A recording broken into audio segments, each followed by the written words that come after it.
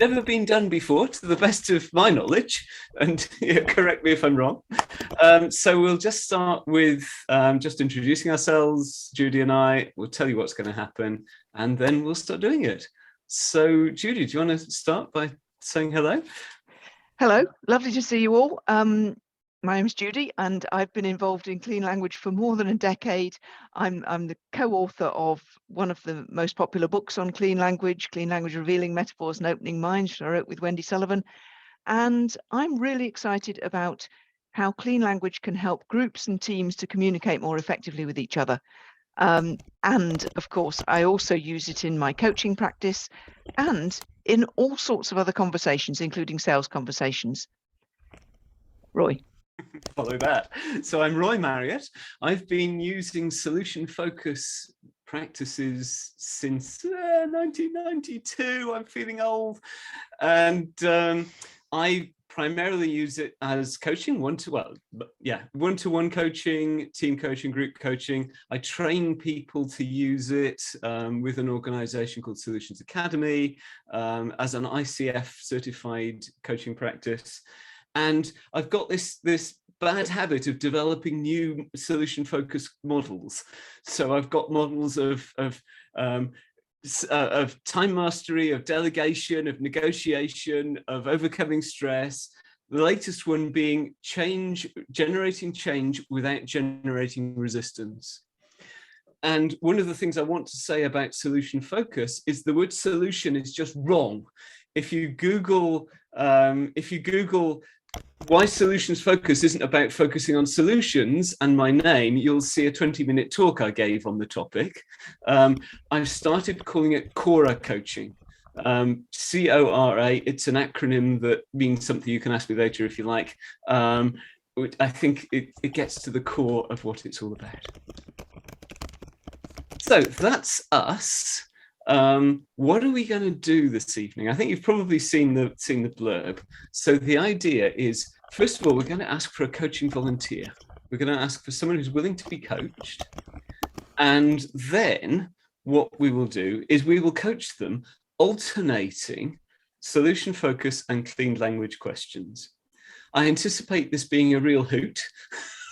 So please don't bring us if your coaching topic is too serious, then it might not fit so well.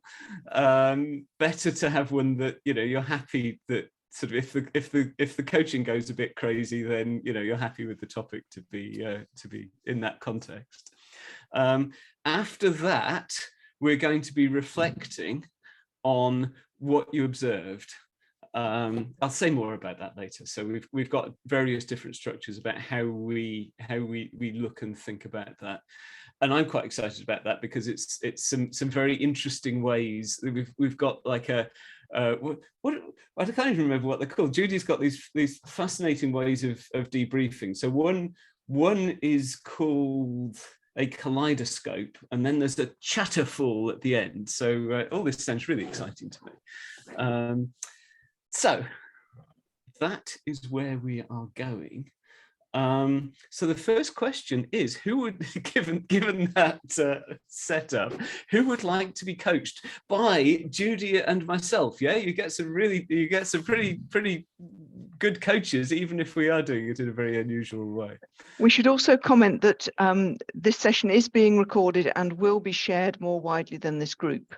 That's true. Yeah. So if you're as you leap forward to volunteer to be the coachee, do bear that in mind, that your topic should be something that you're okay with being shared.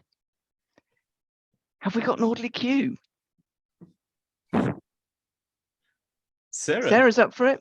I can go. So this is exciting, isn't it? So we've got two questions for you to be thinking about while we do the coaching, and those questions are, first of all, are you going to put them in the chat, Judy? In the chat. Yeah, excellent. So first one, what questions might you steal to use in your own coaching? And secondly, what differences do you notice between the two approaches? I think there was one other thing to say, which you mentioned, Judy.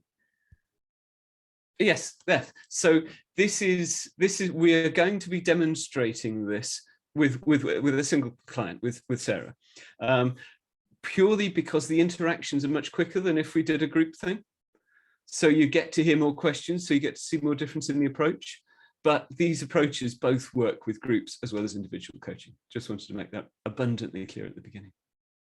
That's particularly important to me because I don't do that much one-on-one stuff anymore. I do lots of group stuff, and yeah, so I wanted to make sure it was made clear.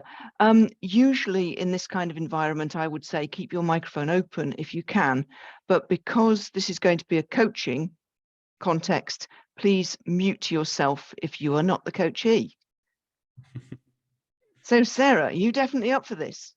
I'm up for it, and I just need to check that I can be me, because I do have quite a lot of experience of clean language. So if I get a funny reaction to the questions, that's okay. It's fine by me. Is it okay with you, Roy? Sarah and I know each other, but I don't think, Roy, you know Sarah, do you? I don't know. I mean, are you anticipating a funny reaction or? Well, when you're aware of one particular way of doing things, sometimes a different way might have an impact. Sure. Yeah, and yeah. I mean, the bottom line is yes, of course, absolutely be yourself. I'm just wondering whether you feel comfortable being yourself, given that we'll be asking two different sorts of questions as we go along. Yeah, I'm comfortable being myself. Good. Okay. Excellent. Good. Okay. Sorry, go on. I was just going to say one thing that people might need to know if they want to keep an eye on Sarah is you can pin her video.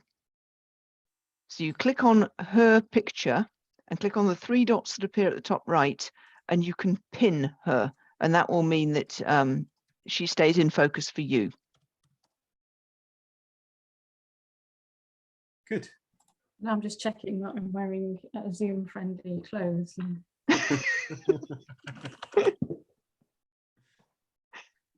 Excellent. So I think we might be ready to start. Hey Roy, and Judy, is there any other kind of group agreement we as participants need to settle on before? I know we're being recorded. I didn't know if there's a confidentiality that we're not going to share anything. Otherwise, I know it's going on potentially on YouTube and being shared with others. I didn't know if there was a group agreement we wanted to agree to. Just throwing it out. Good question. I think as it's a recording that's going out to other people who have signed up for this, it's actually going to a pretty broad group. Does anyone have anything particular that they would like in any agreement like that? And there's during the coaching, there's also the question of, is there anything that you would like in an agreement when we come to do small group conversations a little later on?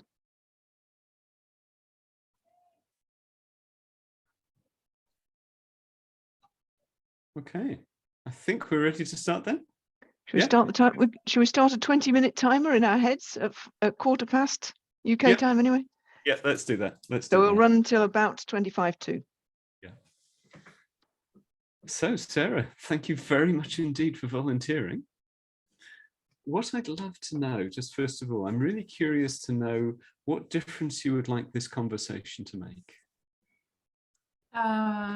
Sort out my thoughts. Mm-hmm.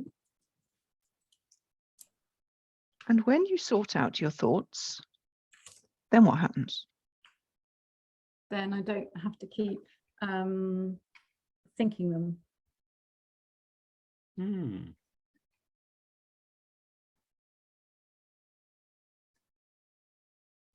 what's important to you about not having to keep thinking them? There's an emotional attachment. So I keep having to replay stuff and counteract it.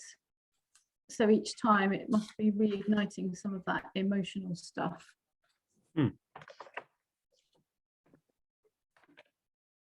And when it's reigniting that emotional stuff,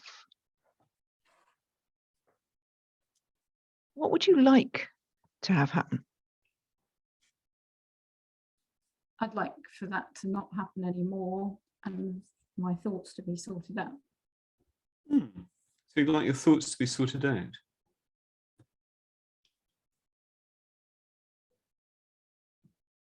Have I understood that right? Yep.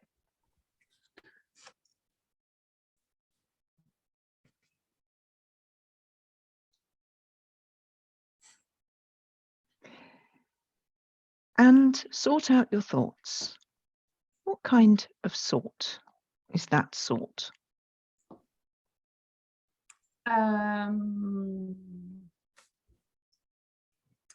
Separate.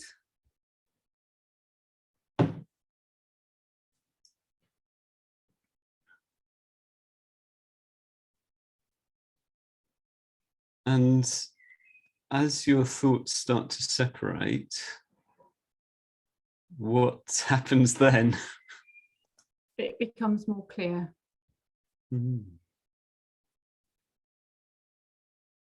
And becomes more clear, and separate and sort out my thoughts. What kind of thoughts? There are thoughts about moving house. So what kind of thoughts they are? I'm just doing this with my hands, so they must be sort of like circular thoughts, and maybe there's like colliding.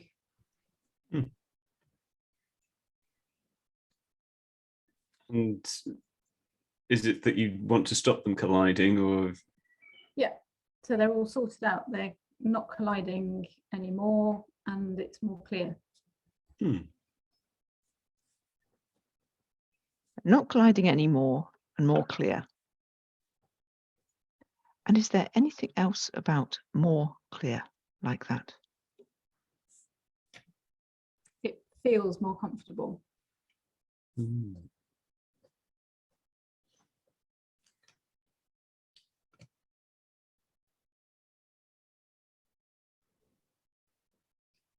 And what difference will it make for you if your thoughts are more clear and you're feeling more comfortable?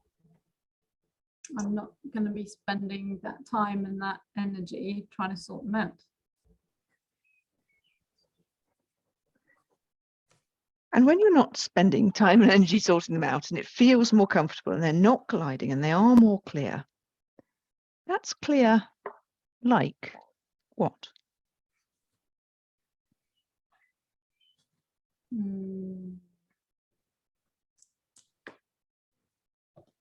It's clear. I don't know if I can answer that. It's just clear like clear.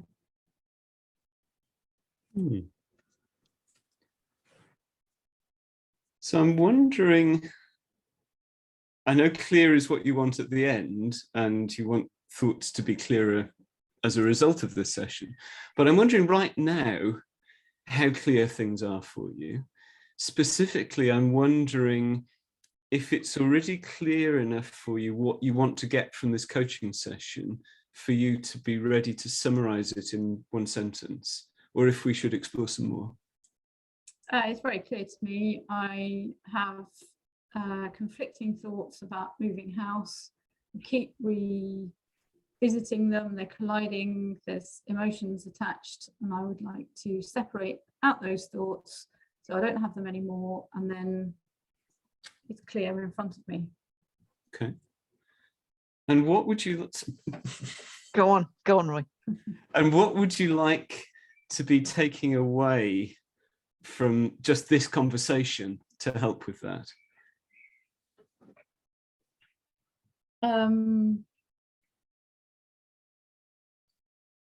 I would like to have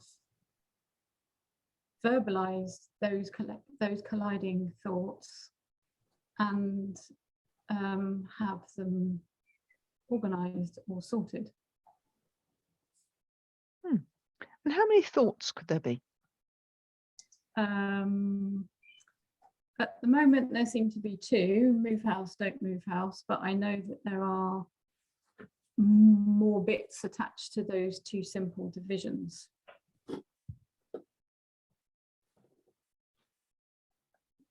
Can you say a little bit about those bits?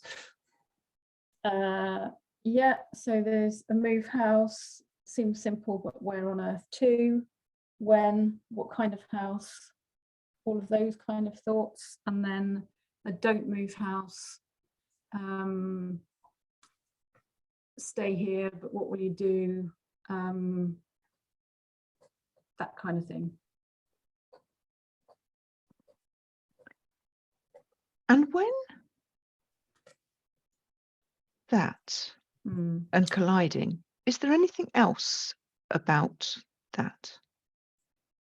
Yeah, it's just all muddled. Like, it's like move house, as I was saying, it seems to be obvious.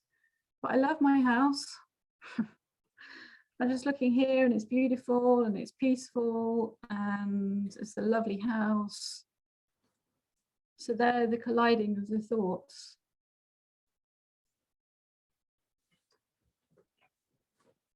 I'd like to ask you quite an unusual question, Sarah, that would draw out your imagination and maybe have you think in quite a different way. Does that appeal? Yeah, that's fine. May I continue, Judy? This alternating has got disadvantages, hasn't it? It certainly has. It certainly has. And that's part of the experiment. So, Sarah, I'd like you to imagine that this conversation continues and is really effective. And then the rest of the evening goes just the way you'd normally expect it to go. And at a certain point, you go to bed, you fall asleep, and while you're asleep, there's a miracle. And that miracle is that all of these things get completely resolved in just the way you want them to. So your thoughts become completely clear, they stop colliding, etc., etc. You know exactly what to do. Your time and energy isn't being taken up with this, and so on and so on and so forth. Now that miracle happens while you're asleep. So obviously you don't know it's happened. So when you wake up in the morning, what's the first tiny sign that tells you that that miracle has in fact happened and this is now all completely resolved?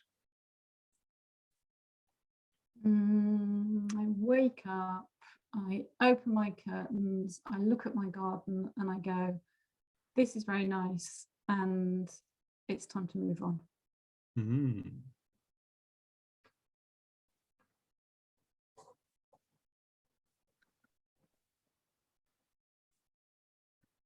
And you wake up, you open your curtains, you look out at your garden and think, this is very nice and it's time to move on. And when that has happened, what's happened to the thoughts?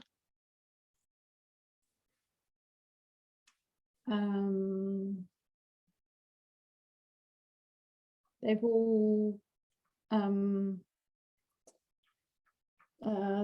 tidied themselves up, or they've been thought, so they don't need to be wanging around anymore. They're all stacked up somewhere. So the thoughts have all been thought and they've been stacked up somewhere. I noticed when you said that you're turning to the right, you're moving quite a bit. Yeah, the thoughts have all gone over here somewhere. Thoughts have all gone over there somewhere. Okay. Nice little pile, stack.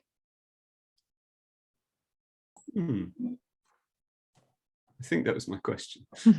And whereabouts are the thoughts before they've been thought? Be yourself, Sarah. Sorry. Where are the thoughts? They're just wanging around in my head. So there's like opening the curtains, look at the garden. No, it's beautiful. Yeah, but it's boring. You need to move. Yeah, but it's beautiful. So there's just like looking this constant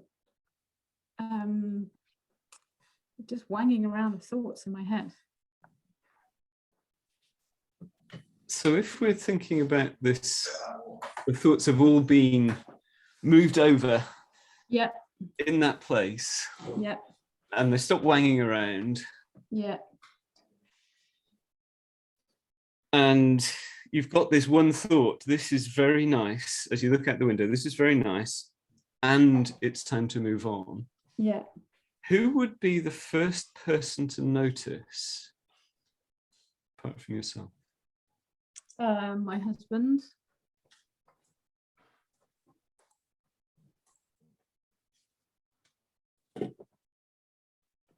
And when all of that has happened, when a miracle's occurred, and right now the thoughts are wanging round your head like that.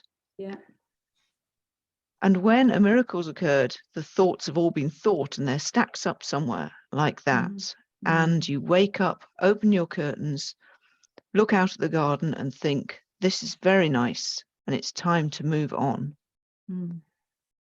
When all of that, what needs to happen for the thoughts to be thought?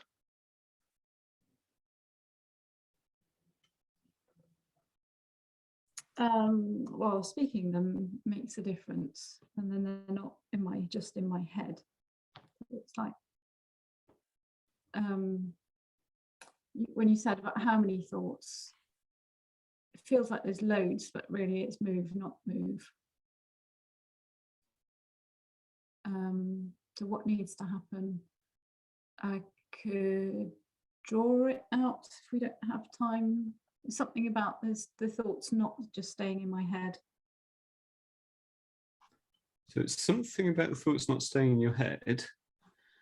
You said they've been thought. You said that speaking them out loud helps.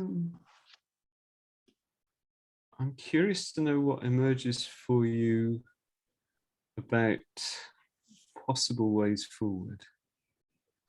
Well, I suppose I know that I need to move. And then the question is, what action am I going to take? And you suppose you know that you need to move. Yeah. How do you know? Because of those thoughts, they won't go away. So if staying was the solution, the thoughts would have gone, okay, well, that's that, because that's what I am doing. And the fact that the doing of the staying makes the thoughts not go away, suggests that the doing of the staying is not the thing that needs to happen. So the thing that needs to happen is the moving. And then once the decision is the moving, then the thoughts can go, okay, we don't need to convince you anymore. You know what you're doing, and that's moving. And then it just has to be, okay, now what, when, how? So I'm curious, Sarah, whether a time from the past comes to mind when you've been in a situation like this and you've had a lot of thoughts that are maybe cycling around and colliding, and you've somehow ended up in a situation where they're all neatly organized, clear and comfortable. Yeah, I can think of a really big one that's recent, but I didn't have any agency. It was just a waiting for it to happen. I'm just wondering if that's the thing here. Like, just wait. Something will happen.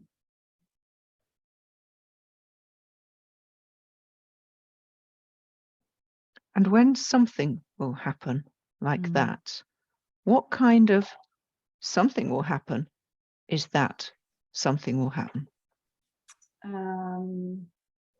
Somebody will say, come and work here, and then that will become obvious. Or there's something will happen, a fate. I found this quote. It said, don't go looking for the place will find you. So it's something about a trusting that the place will happen. So you mentioned that that was an example where you didn't have agency. And this one, it sounds like, is a place where you do have agency. So I'm wondering, do you want to take the wait and see approach you've just described,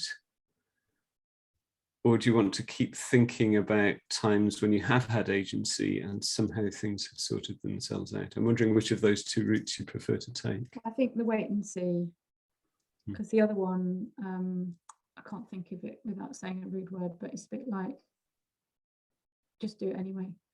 And that's too big for selling a house. So there's the wait and see is the thing. And when wait and see, then what happens to the thoughts weighing around your head?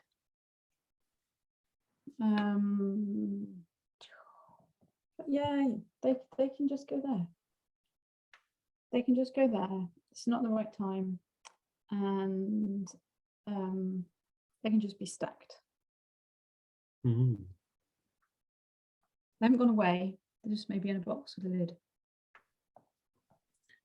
I'm seeing something changing in just maybe your face, maybe your breathing just now. I'm wondering, is that of some significance for you? There's a bit more calm. And when there's a bit more calm and the thoughts can go away in a box with a lid, and something will happen, and you could draw it out. And when a miracle might happen, then you could wake up, open your curtains, look out at your garden and think, this is very nice, and it's time to move on. And when all of that and the colliding thoughts and verbalizing and move house or don't move house and clear and all of that, where are you now in relation to what you said you wanted from this session? I am at my curtains tomorrow morning and I'm opening them and I'm saying, this is very nice. And the time will come when it's time to move on, and that's okay. So it's settled.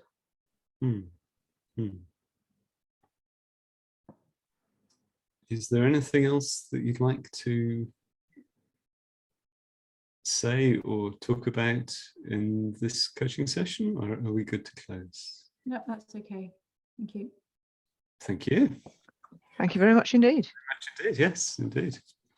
Big round of applause for Sarah. I tend to find that jazz hands works better in this virtual setting. If those of us who've pinned can unpin, then I guess we can all see each other again. Judy, over to you. And when all of that, it's before we break into small groups to discuss the demo and the big questions that we shared in the chat a moment ago, and I shall share again.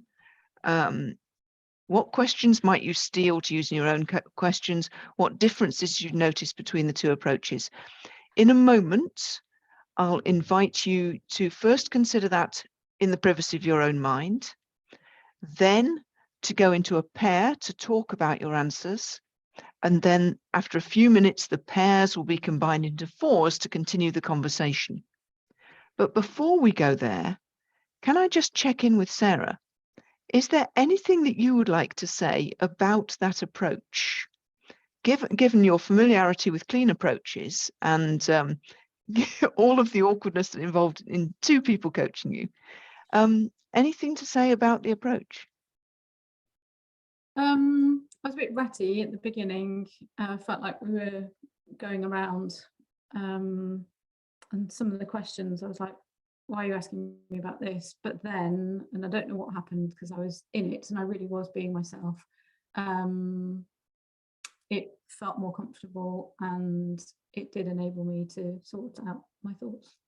And I didn't notice any awkwardness between the two of you. and any, yeah, it was fine. I can't give you any better feedback than that because I was in it. Good. That's exactly what we wanted. Yeah. Wanted to be of genuine value for you. Thank you. And I'm glad it was useful. So let's dive into the next bit. Please take 30 seconds to consider your answers to the questions that I put in the chat. What questions might you steal to use in your own coaching? And what difference did you notice between the two approaches? I'm going to set a 30-second timer.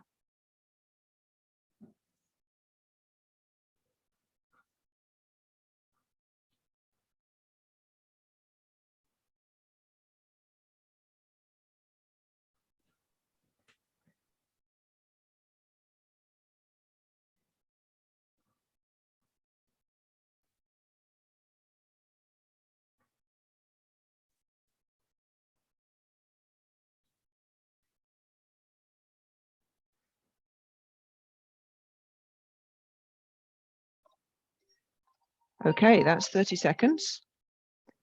What happens next is you're going to be dropped mostly into pairs. I think it will be all pairs to talk about your thoughts on these questions. You'll have a couple of minutes to chat about that. Then I will combine the twos into fours and you continue the conversation. Then we'll all come back together and we'll hear some highlights in a Kaleidoscope debrief session, which will be interesting and experimental as well. Everybody okay with breakout rooms? These are, of course, optional, but if you don't participate in the breakout room, some will be on their own. If you find yourself on your own, just sit tight and I'll fix it. Bear with me. Opening the rooms.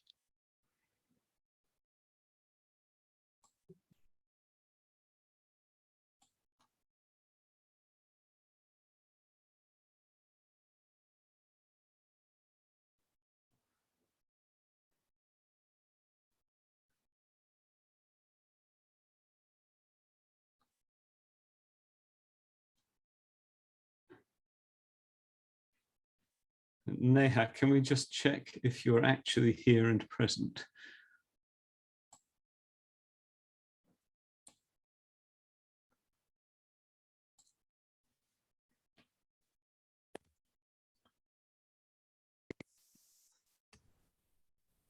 Good. So welcome back, everyone. The next stage of this crazy experimental evening is we're going to do a Kaleidoscope debrief. Hands up who's done a Kaleidoscope debrief before. That's a relief because we think this is the first time. So the way this works, basically, it comes out of, you know that thing when you're debriefing something, if you put everything in chat, everything just goes silent, and it's like, yeah, it's a bit. If you put it on a mural board, same thing. So actually, we're going to do 3 things.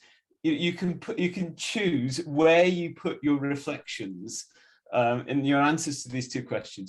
You can put them on the mural board, you can put them into chat, or you can speak. And we hope that all 3 will happen simultaneously. Certainly speaking and the typing will happen simultaneously. So obviously, if I give you the link, that will really help you to put things on the mural board. And I'm good at that. And yeah, just in terms of the speaking, let's take the 2 questions in order and have about 5 minutes on each. So your thoughts on what questions might you steal to use in your own coaching? Speak away. So there was the thing with the movement. I find it easier to say it with my voice than to type it in. So like, and then what? So copying the movement is something that I will steal or borrow or, And then what? You mean what happens? Those clean questions? Yes. Is that what you mean? Yeah. I will use the miracle question. I've used it before, but I haven't used it like the way you put it right today. So I'm gonna use that. Yeah. Great. Thank you.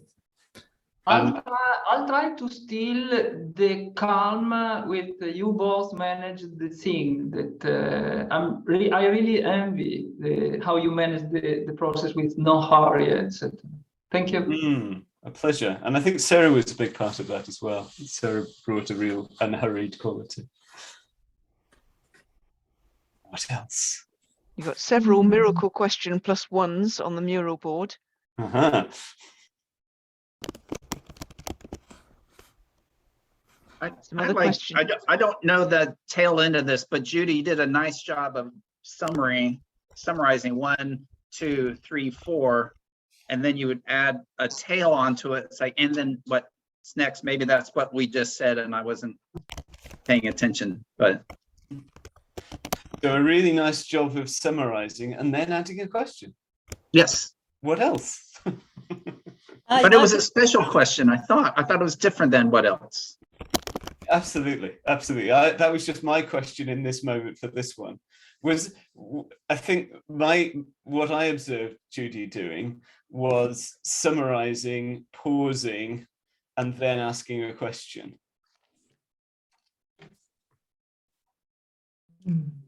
I particularly liked when Judy said, "And where are you now?" I don't know whether you remember that or not, but he definitely said it, and I thought it was really pertinent at the time. Somebody's added that to the mural board. Where are you now in relationship to what you wanted from this session? Yeah. It's quite close to the words I used, I think. Yeah.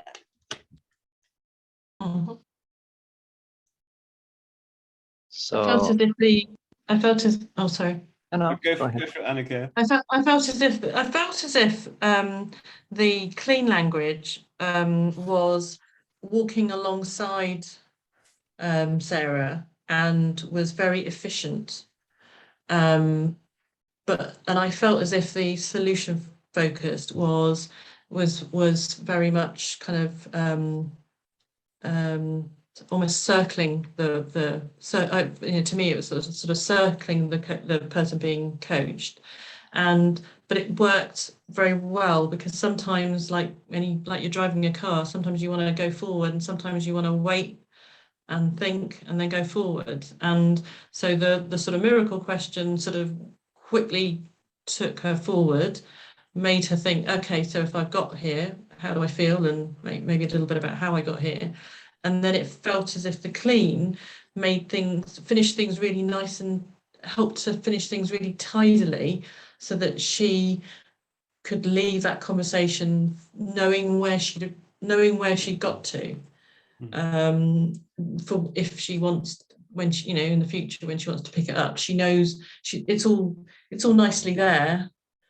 And as she put it, beside her. That's how it appeared to me. I think it was really interesting from my point of view, because it's like in solution focus, there's this idea that you've got 1 foot in the present and being alongside the client, and 1 foot in moving forward and thinking about the future and the progress. So it's almost like the clean language was doing 1 foot. So I ended up doing the other foot, if you see what I mean. So yeah, solution focus does do both feet. Yeah. I found I had a different experience in that moment, I think, which I'd quite like to share. So after the miracle question, I wondered if Sarah had a moment of calm and was going to go somewhere new. And it felt like the clean questions took the thinker back to where she had been previously, or sort of back to a new place. And I wondered if it felt like the clean was quite incremental and the SF was a bit more about, myriad possibilities or evolutionary leaps. And so, I would have been interested, and it's really interesting watching the 2 methods going in tandem. It's a bit like having 1 cooking pot and one person's cooking curry and the other's cooking, pasta, and you're both, oh yeah, let's just alternate ingredients. So I don't know how much you felt that, but obviously if you'd been on your own, you would have taken things different places. But yeah, it felt like the SF stuff was stretching a bit and the clean was building and incrementing and stepping.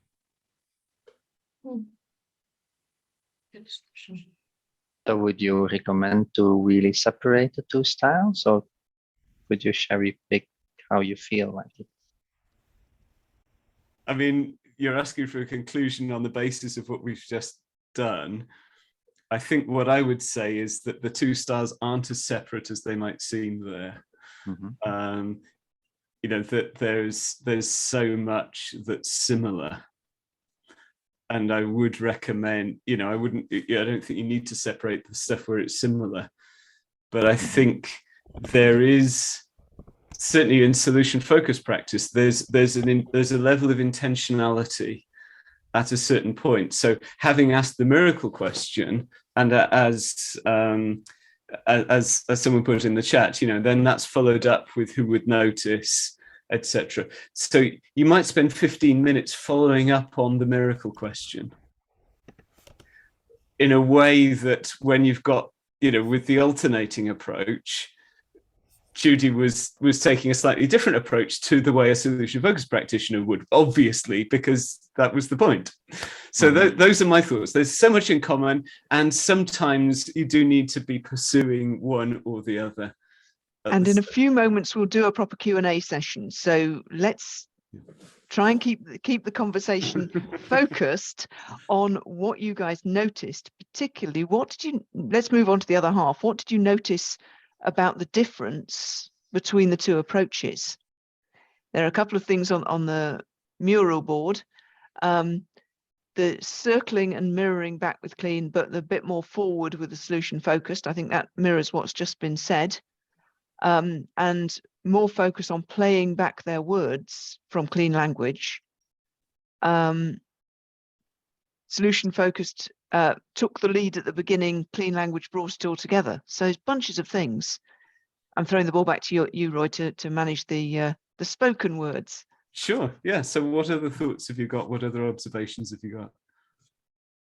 I guess there's a lot more Roy in the solution focused stuff. And you could argue that's opinionated or risky, one of the two.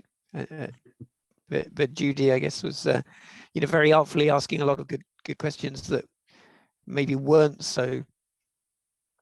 They're not really guiding, are they? But you know, there's maybe less choice in those. I think sometimes the clean language, the benefit of the clean language for the person being coached is that they get to hear their words again, because when you're, as Sarah said, when you're in the moment, and you're not writing down kind of notes and that was a really good phrase I used there. So actually having it repeated back to you just it's like an echo. So it gives you a chance to subconsciously make sure that you haven't moved on too quickly. Thanks, Annika. What else?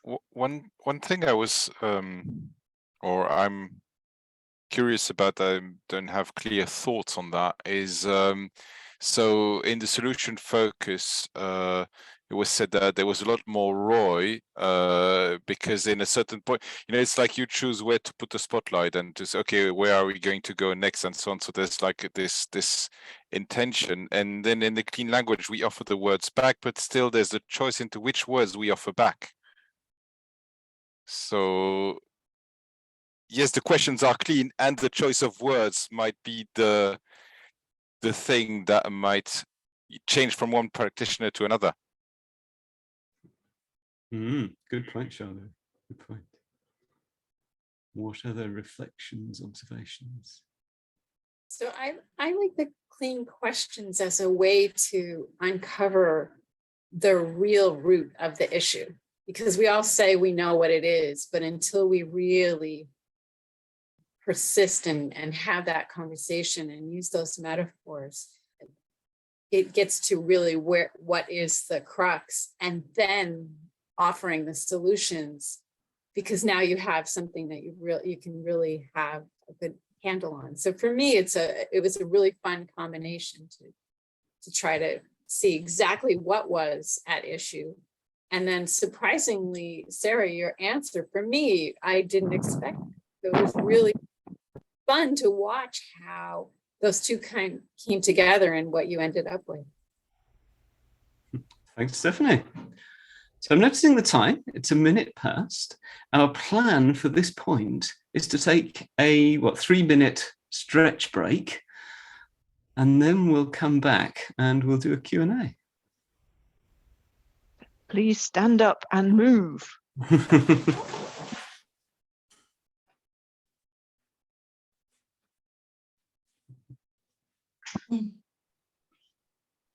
I haven't got any music organised, but you can improvise. Shall we sing? Yeah, go ahead. And sing, sing, sing like a womble. Dance, dance, dance like a womble. You're an entertainer with the head down when you womble in white tie and tails. Hits of the 70s. Hey. Yeah, I love Morrow's dance. You can Morris dance, right? Yeah, Does anyone remember the hit song Womble in White Tie and Tails? I think it That one. You, Judy. I'm not sure it was played in Belgium. I remember Like it was even you're a played in the womble. UK. Yes, Yeah, oh, that remember one. you're Yeah. Yeah, it's Yeah. from the same album, I believe. You bought the album? Was it album? Okay, let's get ourselves organized again. Right, in a few moments there will be a moment of Q&A. Well, it'll be about 20 minutes of Q&A with Roy and myself, where you can get your questions answered. But as a lot of you know, the quality of your questions in a Q&A is almost always enhanced by getting your group to talk to each other for a few moments about their questions before they come back together to ask them. So you're going to be in groups of about 3 for about 5 minutes to just chat about what questions do you have, what are your freshest thoughts and questions about what you've heard so far.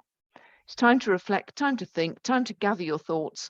When you come back from the breakout rooms, actually I'm going to make it 3 minutes plus the 60-second countdown timer.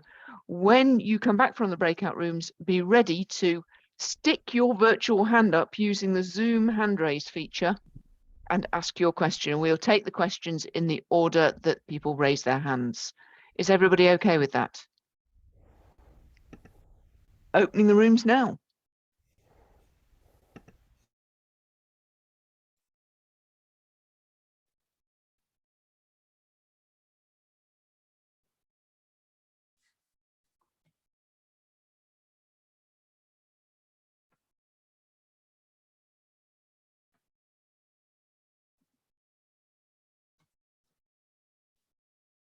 Good. Pause again. Yeah. Back. So press the button to raise your hand and we'll take your questions in the order in which the hands go up.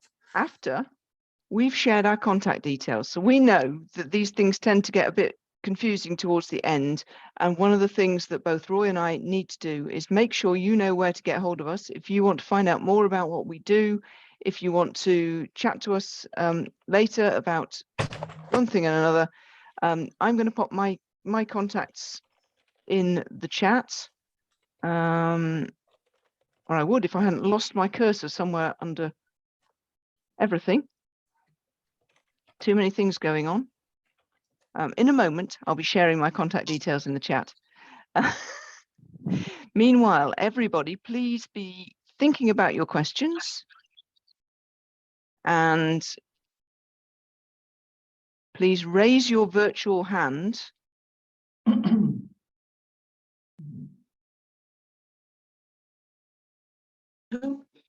So, Mauro, would you like to start us off? Sure, thank you. I was very surprised on how you manage the time with respect for the person and for the process too. So I just would like to ask both of you just one sentence on hints that I can steal or we can steal about how manage such process with your calm that is not like yours, but can be for sure with less hurry than the one I always have. So one option that I've taken is to meditate every day for 33 years. But do bear in mind where I started from might be nowhere near as calm as you currently are. I was the boy who wanted to be a Formula One racing driver. Judy. My hottest tip would be to choose your demonstration subject with care. The other thing to do is spend just slightly longer than you think you should do on getting clear about what it is the person wants. Thank you. So be focused on what they really want. And the other thing we did was that we did a lot of reflect back, pause, ask the next question. Yeah. I think that pause makes a lot of difference. Yeah. Thank you, Mara. Thank you. I think Sam is raising her non-virtual hand. Roy, can you have Sam in the list of people as well, please? Sure. Do you, yes. Okay. So after Tony, we have Sam. If I forget, Sam, then at that point, jump up and down. So Sandra. Yeah, I'm very curious. I really love the experiment, and so I'm assuming you know of each other and each other's coaching history already. So what are the questions you have been stealing from each other or from the other school of thought? Judy? Well, in clean language, we only have a very limited question set. And we also have a way of asking the questions and a structure to asking the questions, which is called the PRO model, the problem remedy outcome model, and the framework for change. Luckily, the framework for change can be neatly overlaid on what I understand of solution focus. So for me, there's no conflict here. A lot of what Roy was doing in that session, clean language can do just as well. And I understand that a lot of what I was doing can just as well be done in solution focus. So there's far more agreement between the two approaches than there is disagreement. Roy. Well, actually, would you like to continue, Judy? So when you were all in your breakouts, we were having this conversation, and Judy was saying that the miracle, so in solution focused practice, the miracle question is like the classic way of doing it. And I only did it that way really because we were demoing. I would normally find a more subtle way of doing it that's a bit more conversational. And Judy was saying, and clean can do that as well. It just does it in a more subtle way. So I haven't stolen it yet, but if Judy would like to share how clean language would jump someone into a future and get them to give a rich description of that future, I'd love to hear it. Well, it's different in that it wouldn't be done in a single question. That's the thing about the miracle question. It would typically be 2 or 3 questions, but broadly speaking, it gets nicknamed in the classes I run the switcheroo question. So, and when this happens, and when you've got the remedy that you've said, well, and when that remedy's been achieved, what would you like to have happen, and then what happens? So depending on the way it's phrased, the main question is, and when? Then what happens? And you end up with a version of the miracle question, and depending on, and then you can ask what kind of garden? Is there anything else about the garden? What kind of curtains? Is there anything else about the curtains? What kind of nice? And so on and so forth. I think what solutions focus would add to that, and maybe this is also present in clean language, is what systemic people call circular questions. So who would notice that what would they notice? And then what would you be doing in response to what they would be doing in this miracle future, etc. I haven't answered your question directly, Sandra, because yes, I know Judy quite well. I've stolen more of her facilitation than her clean language. I can totally see that. Have we answered your question enough, Sandra? Is there more? Yes, thank you. That's a pleasure. Maria. Yeah, hi. Hi. So my question is, because Sarah obviously is a coach already, so she maybe had expectations, I don't know. But how, the first part of the question is, what made you guys do this in that way? And how do you feel about it? Because Sarah is already familiar with that. So but I don't know how it would have been with someone who, like me, for example. I'm not a coach or anything like that. So yeah, I don't know how, because I was like, oh, that's intense, you know, bam, bam, bam. Even though I think it worked well, and I'm the one who posted the comment saying that clean language brought it all together. But what was leading it was your part, Troy. So yeah.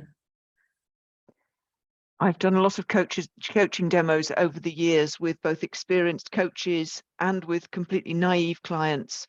And in my experience, the degree to which people are willing to go intense quickly has nothing to do with their level of experience in the various processes. I've had people who have leapt into a demonstration session and gone straight into the most important thing that they've ever thought about having psychotherapy about. You know, it's I think I've had someone who decided to be coached as a superhero rather than themselves. So it can go to either extreme. Wow. Superheroes need coaching, I guess. But somebody trying to be coached not as themselves. Sarah made a point at the very beginning. Do you want me to be coached? Do you want me to be me or to role play? Trying to coach someone who's role playing is really, really hard. Yeah. Did we answer your question, Maria? I have a feeling there were a few angles to it. Yeah, the other one is, what made you guys do this? It's not what, it's who. Someone called Prem. Hi, Prem, if you're watching the recording, put a comment on LinkedIn saying, hey, I'm really into solution focus. I'm really into clean language. Would love to know how they fit together. How about it? And she tagged us both, and we went, oh, that sounds like fun. So yeah, we just wanted to have a laugh on a Monday evening, basically. Cool, thank you. Annabelle. There were a couple of questions that I was sharing in the breakout rooms, but let's go with how. So this was coaching one person. What would we have seen? Might have been some of the differences had you been coaching a team of people using clean and using solution focused. I'll start. So I mean, I think we would both say that you get fewer bites at the cherry if you're working with a group. Yeah, so you ask a question and people go away, rather than you ask a question, you get a couple of sentences and you ask another one.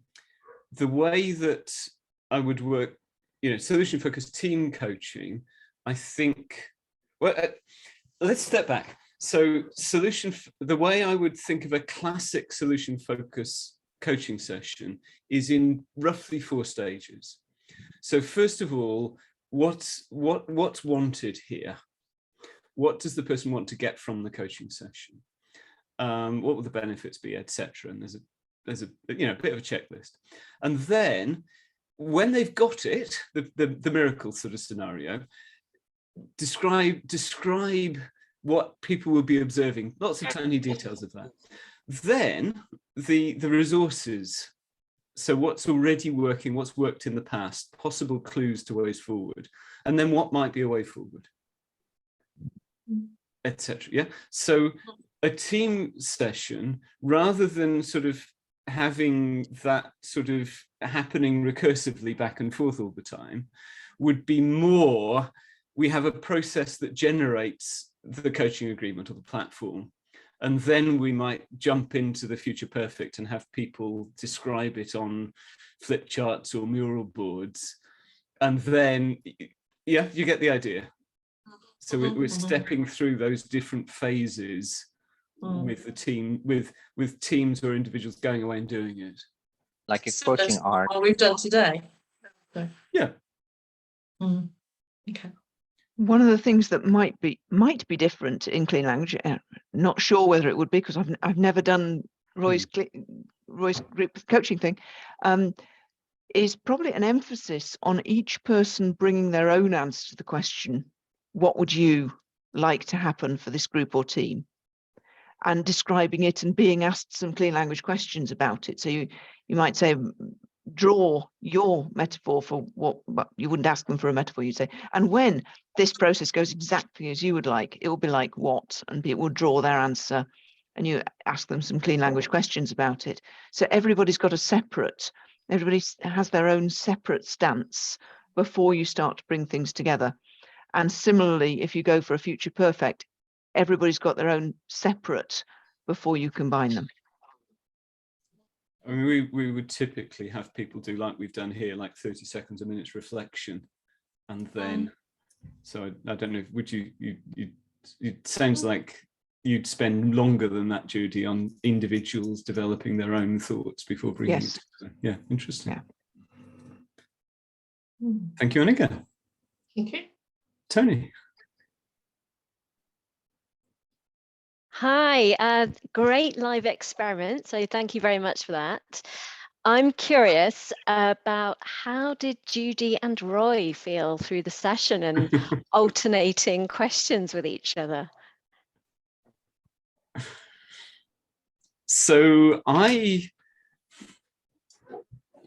think for me, it's this thing about intentionality that what I'm in a way, a lot of what I'm learning here is that solution focus is there's a big question, and then there's a lot of following through that sort of often is just nodding or what else, or who else would notice, and those kind of things. And that simply isn't possible when someone else is asking other questions in the meantime. So actually what I found was that it was a process of improvisation and that is also very much part of solution focused practice. It's based on the most recent answer. What's the best question for me to ask? So I had to let go of some of that intentionality, which was good practice for me. I think the other thing I want to say about how I felt was in the debrief, there was a lot of sort of clean language was better at, and I wanted to jump up and down and say, but solution focus does that too. Judy. Yeah, I was similar in that last thought, and also at the beginning, I think Sarah said that it got a bit circular and roundy, going around a bit, and that's the right way to go. If the client feels they've been asked more than once what they actually want, then that's good. But it did feel, for me, it felt a bit tentative at the beginning as we were feeling each other's way of asking questions. The other thing that I did notice was that Roy tends to ask about the last thing they said. And in clean language practice, we try not to always ask about the last thing that was said. We often do go back to an earlier stage to check in with something that was said earlier. How does this relate to that? So sometimes I felt like I was maybe pulling in a direction that probably wasn't Roy's intention, but for me, we'd gone too far away from the line. There must be a line somewhere in my imaginary landscape that needed to stay connected to it.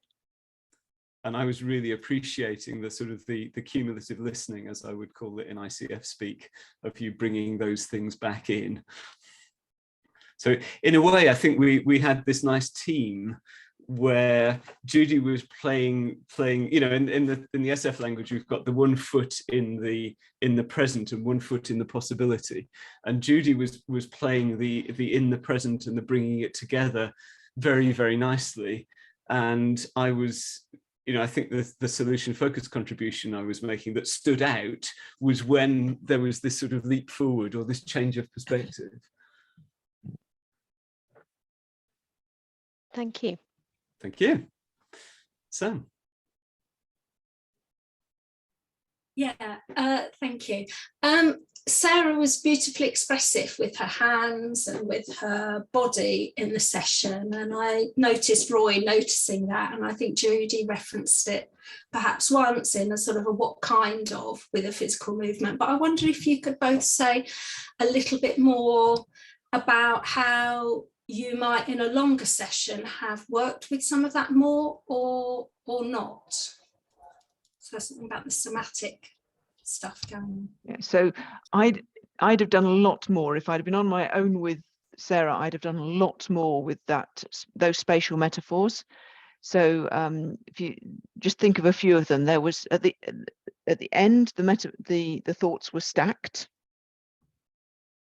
There was this movement and the thoughts colliding, and there was them wangling around their head. Then there was some feelings, and there was a reference to feeling comfortable. There were bunches and bunches of things. So when working with those things using clean language, we might well really ask direct questions. So stacked thoughts was a metaphor for the outcome. That was what the client wanted. So we might ask things like, and when stacked like that, what happens to colliding? What happens to thoughts wangling around your head? And we might ask, there are clean language questions like, and does stacked have a shape or a size? And so on. So with clean, you really get into those spatial and somatic metaphors very fully. Roy.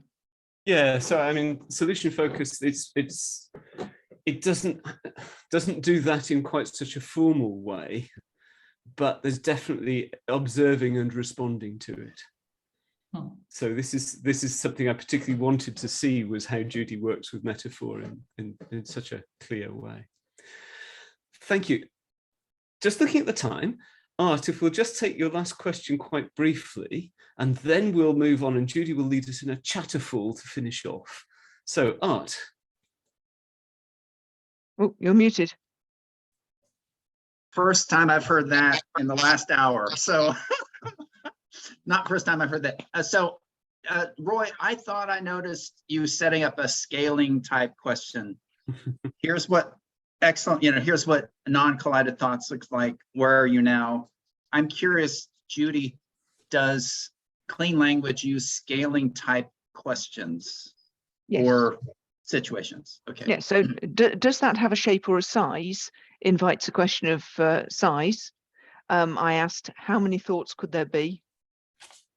I don't know whether those are the same kind of scaling questions that you have in mind, but you could very easily, you can certainly ask, and when thoughts stacked, does that have a shape or a size? How big is the stack? Okay, thank you. And the purpose of the scaling question was to elicit resources. Yeah. Things that have worked well in the past. Okay, final piece before we close on time, because we're going to get ourselves an Elmo Award. We're going to do a quick Chatterfall. I'm going to ask you a question. The invitation is to write your answer in the chat, but don't hit return until I say so. Here's the question. What if you could say only one thing that you're taking away from this session, what would that one thing be? What's one thing you're taking away from the session? Please write it in the chat, but don't hit return just yet.